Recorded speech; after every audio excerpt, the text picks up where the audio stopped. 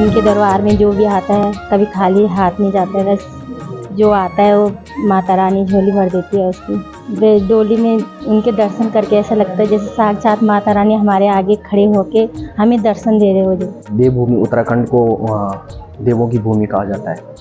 यहाँ सच में देवी देवता वास करते हैं। कभी दूर दूर से लोग यहाँ दर्शन करने आते हैं।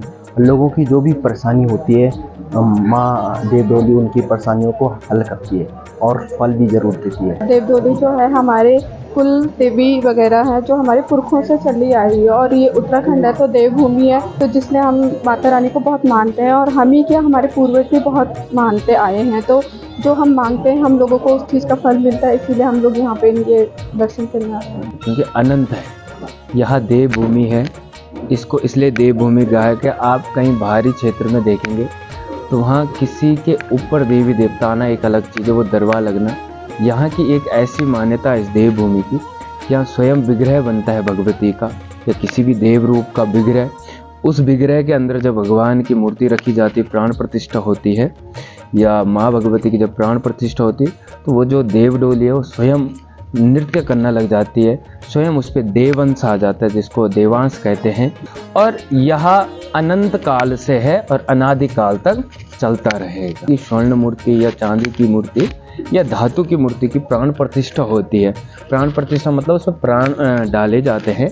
उसके बाद डोली को उठा के कंधों में रखा जाता है। स्वयं भगवती अपने आप बताती है, अपने आप नृत्य करती है। आप इष्ट मानो, कुल देवताओं की भी डोली होती है यहाँ पे उत्तराखंड में। इष्ट देवताओं को जिसको आप मान रहे हैं वो भी डोली विग्रह स्वरूप में आती है।